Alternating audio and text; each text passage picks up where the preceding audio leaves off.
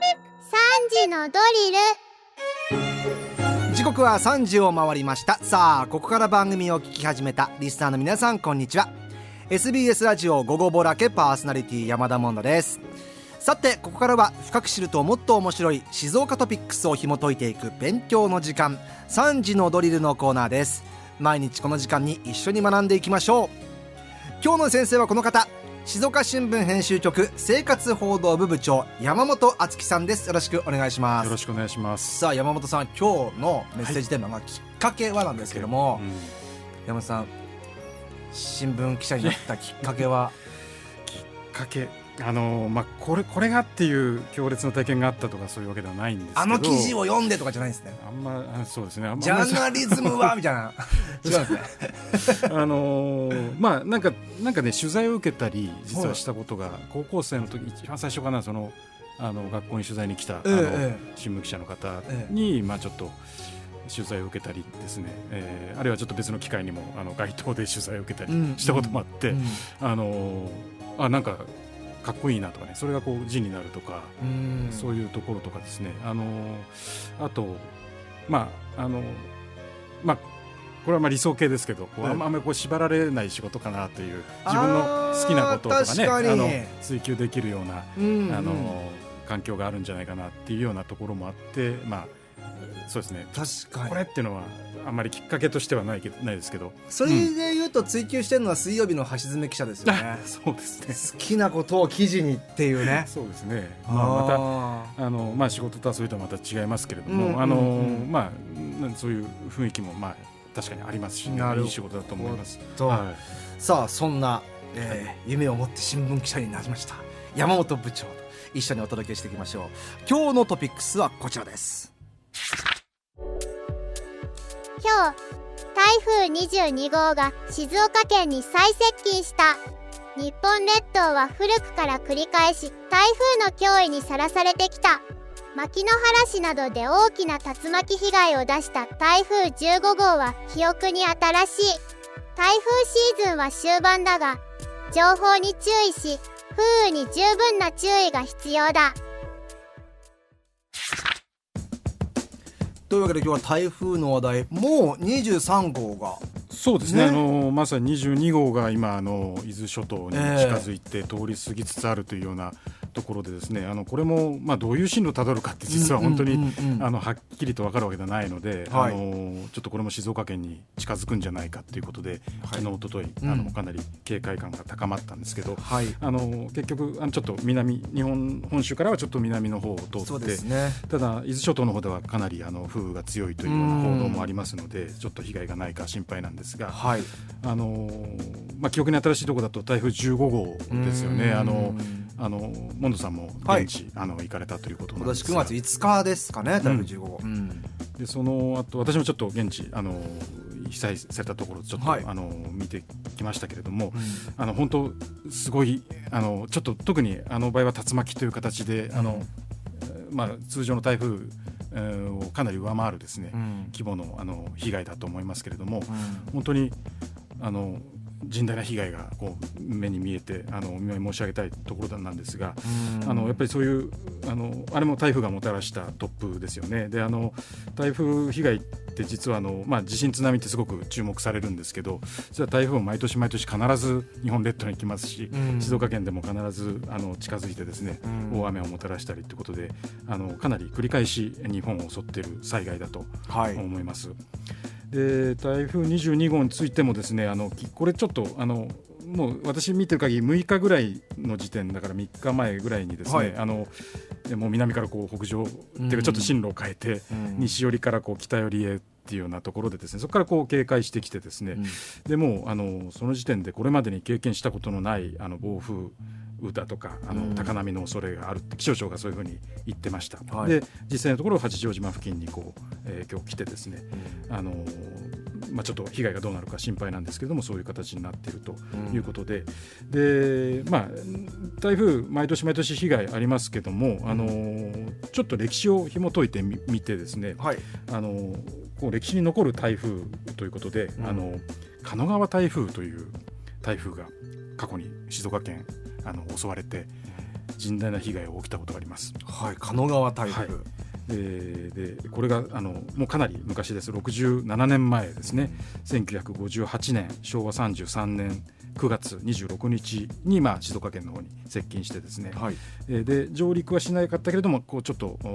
海上を東の方へこう進んでいく途中に、これ上陸はしてないですね。そうですね、上陸はもうちょっと関東の方にしたそうなんですけれども、なので静岡県だけじゃなくて広範囲に被害をもたらしたんですが、特にひどかったのがこの狩野川の流域、で狩野川ご承知の通り伊豆半島ですね、天城山のところからこう沼津市に流れ込むということで、ちょっと変わってて東日本ではちょっと変わってるんですけども、ね、南からねこう北の方へ、そうだから上に伸びる、地図でいうとこう上の方に伸びて、最終的にこうぐるっと蛇行して、沼津の市街地の中心をですね、流れて、沼津港のところにこう行き着くというちょっと蛇行しているような川なんですが、これ非常に大きな河川でそんなに長くはないんですけども、流域にもたくさんの人が昔から住んでる地域ですし、ですね、でここで天城山の周辺に、ものすごい雨が降ったんですねこの時。で何ミリかっていうとちょっと調べてきたところですね、湯ヶ島というところ天城湯ヶ島町ですけれども、夜26日の夜から1時間に、120ミリっていう集中豪雨が起きて、でもう降り始めから総雨量が753ミリといって、もう年間に降る量の3分の1とか、それぐらいのですね、もともと雨の多いところなんですけれども、天城山それぐらいの雨が一気に降ったということで降ったんですね。でその時に、結局その山が崩れて土石流がこう起きると。でさらにそれがこう橋なんかにこうせき止められてですね、水が溜まって、で橋が決壊して、大きな水が一気にこう押し寄せるっていうようなことらしいですよ。今の説明だけでめちゃくちゃ怖いですね。怖いです。でちょっといろんな事情が当時やっぱりあってですね、凄まじい降雨があったというのがあって、それが一つの条件なんですけれども、で降ったところっていうのが結構木がですね結構切られちゃって、で当時やっぱり戦争中から、終戦直後、からにかけてですね、やはり資材としてどんどん切ってですね、貯水量っていうのがなかなか難しいというか、その自然な形に比べるとかなりハゲ山に近いような状況になっているところが多数あったと。でそういったところはやっぱり崩れやすいのでどんどん崩れてしまって、土石流みたいな形になった。でそれが、有名なところだと修善寺橋といって、今でも修善寺駅、ありますね、修善寺橋ありますけれども、あそこのところが溜まってダムのようになってせき止められたんだけれども、決壊して、そのちょっと中流域に当たるんですけれども、そのあたりですね、大きな土石流がとか水がですね、一気に流れて、水浸しになると。でもともとやっぱり雨広範囲に降ってるもんですから、流れがなかなかこう水がはけないで、もう下流までこう水がこう大きな水たまり、本当に浸水家屋が何千件と出たようなですね、そういう状態になって、で一番水の勢いが強かったところではですね、本当に流されて亡くなったって方が相次いでですね、これもう狩野川の流域だけで死者行方不明者が853人に853人ですよ、台風ですよ。そうこれはもう史上最悪ですね、観測史上最悪のですね被害、戦後これ以上の災害っていうのは起きてません、静岡県ではね。で堤防も14カ所で決壊して、被害家屋が6775戸ということで、これは狩野川の流域だけです。で他全国的に見るともう1000人1200人以上の方がですね死者行方不明者ということでカウントされてますけれども、それだけの被害があったということで、相当な復興までもですね、相当、な時間もかかるような大災害だったということですが、もう67年前なので、とはいえ67年前ですので、まだそうですよね、実際に体験されたという方がいらっしゃるんですね。ラジオ聞いててね、知ってるっていう方も多分たくさんいるでしょうね。で一つその賛歌をですね忘れないというような取り組みをある学校でちょっと今年取材をして、来ました、でそのお話をすると伊豆市立今当時修善寺町立なんですけども、熊坂地区というのが伊豆市にありまして、でこれは修善寺、さっきの修善寺橋から少し南側へ行って、でちょっと狩野川が蛇行してるんですね。西の方へちょっと曲がって、また東へ曲がって下流の方へ行くというようなところで、そういった地域なんですけれども、そこの集落はもうほぼ一帯が壊滅的な浸水被害受けたという場所なんですけれども、そこの学校の方でもやはり児童がですね当時400人在籍していたそうなんですが、そのうち78人の子が亡くなったという。もうそれすごいですよね。やっぱり400人のうちの78人で、先生も2人近くに住んでた方亡くなったということで、じゃあ学校ではその話はずっとそうなんです。でこの学校すごいなと思ったところがですね、そのやっぱり悲劇をですね語り継ぐということをずっとその後続けていて、今学校に行くと一つの教室というかお部屋をですね資料室というか形で、その狩野川台風に関係する資料だとか当時の新聞記事とかですね、のコピーだとかそういったものを展示して、もうそれを展示する部屋として部屋があって、でそこに行くといろんな資料を閲覧できるということで、そういう部屋があるのと、あとこれが9月26日なものですから、毎年9月26日にはそういう学校の慰霊碑の方に、皆さん児童が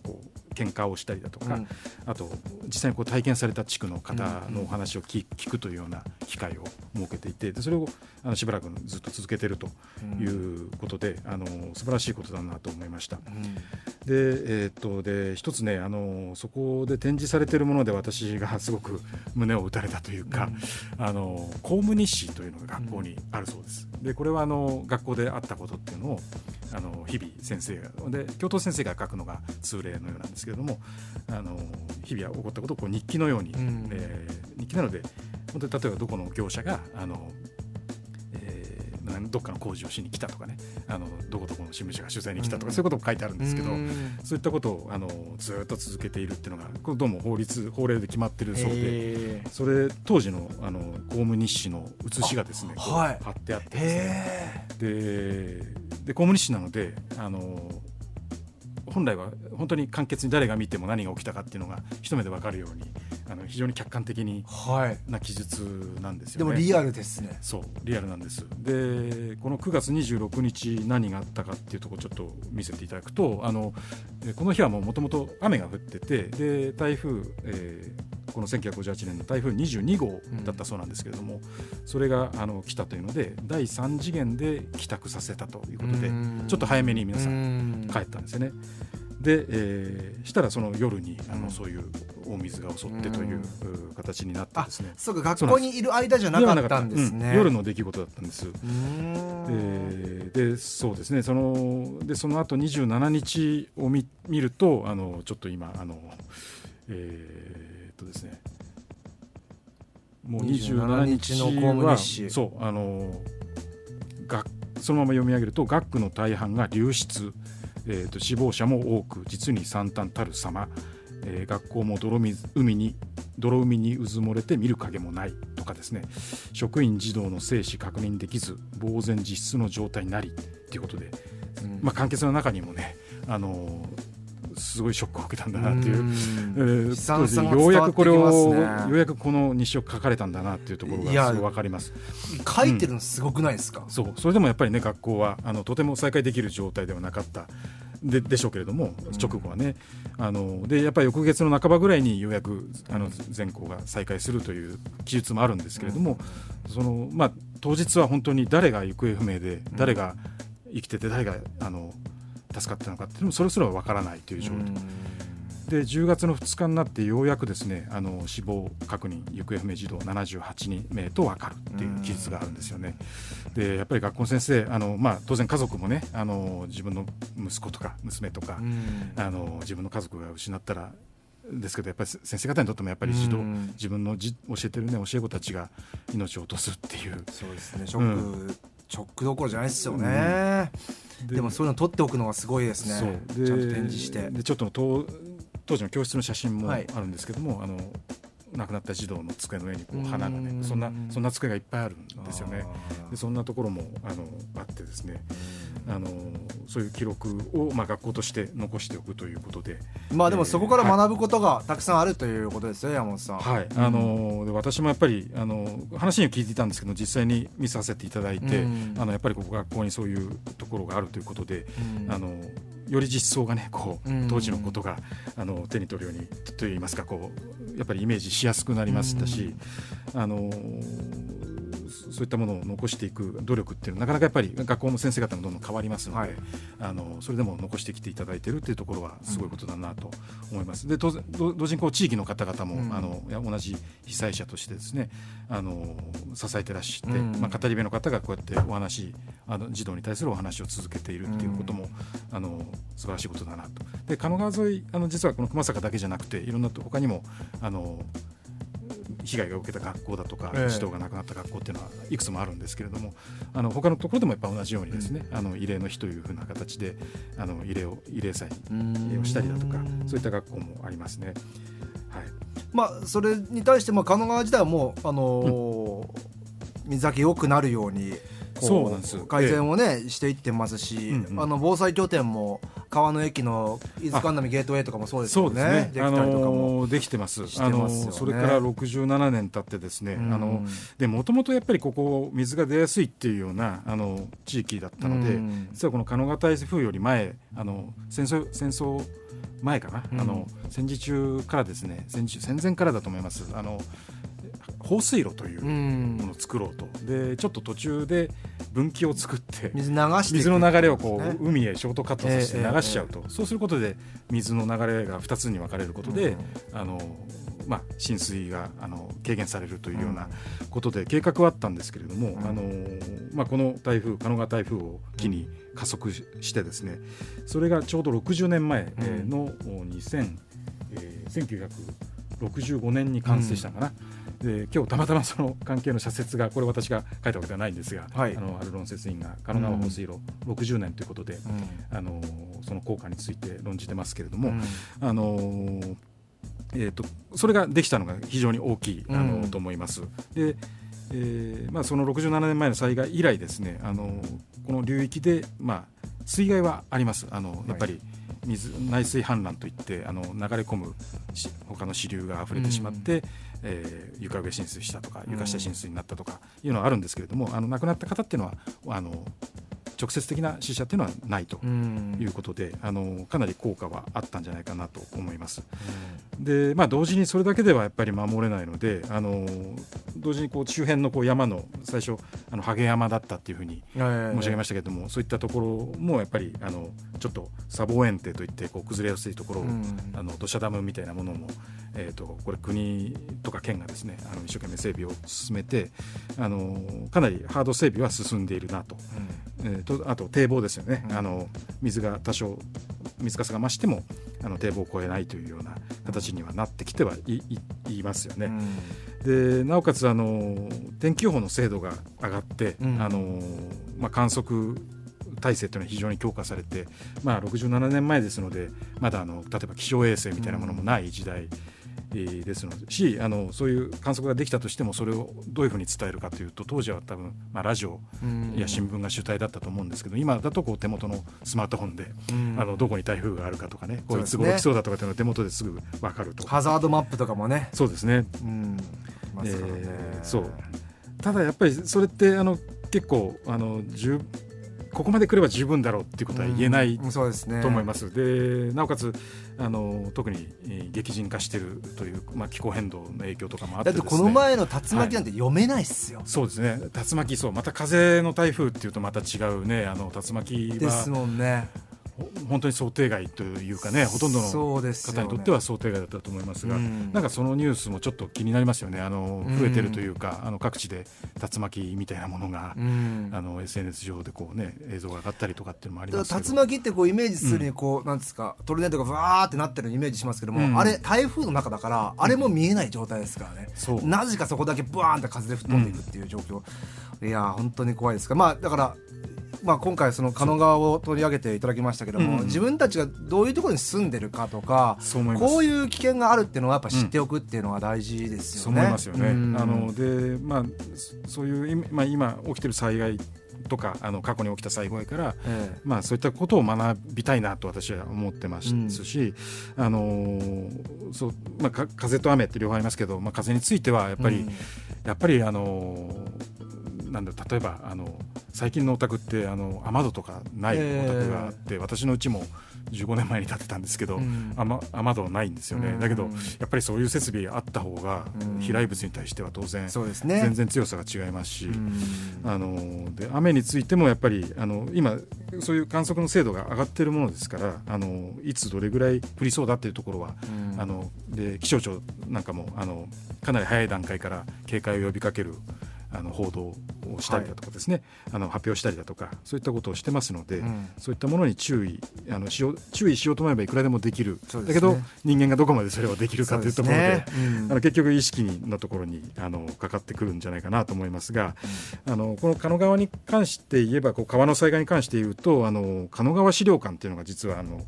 国土交通省の狩野川沿いの、これは伊豆長岡町、伊豆の国市ですね、今の、そこの伊豆長岡出張所というところに併設されたものがあって、で狩野川台風がどんなものだったかとか、狩野川放水路っていうのはどういう設備なのかみたいなところはそこで勉強することができます。で静岡市にもですね、実はやっぱり七夕豪雨っていう、昭和49年の、1974年の一帯が水浸しになったというような、で土砂崩れで亡くなった方も出たという七夕豪雨というような豪雨災害がありましたけれども、これについても実は同じように放水路という形で大谷川放水路っていうのが整備されて、多少ですけれども、多少というかそれも効果がかなりあると言われてますが、そんな整備が進んで、そこの大谷川放水路の近くに静岡市の施設の治水交流資料館っていうのがあって、そこも面白いです。子供さん連れて行くと、勉強になってね、すごくいいなと思いますし、家族で自分たちが住んでる場所っていうのを確認するのもいいかもしれませんね。なのでどういうところに住んでるのか、どういう危険があるのかっていう、それ地域によって住んでるところによって違いますので、それは各自がね知っとくに越したことはないなというふうに思います。3連休もね、次の台風23号が近づいているというねニュースになっておりますからね、皆さん十分警戒をしていただきたいと思います。というわけで今日も勉強になりました。今日の先生、静岡新聞編集局生活報道部部長山本敦樹さん、ありがとうございました。ありがとうございました。さあ、このコーナー3時のドリル聞き直すことができます。 Spotify をはじめとした各配信サービスのポッドキャストに今回も含めてアーカイブ上がっていますからチェックしてみてください。今日の勉強はこれでおしまい。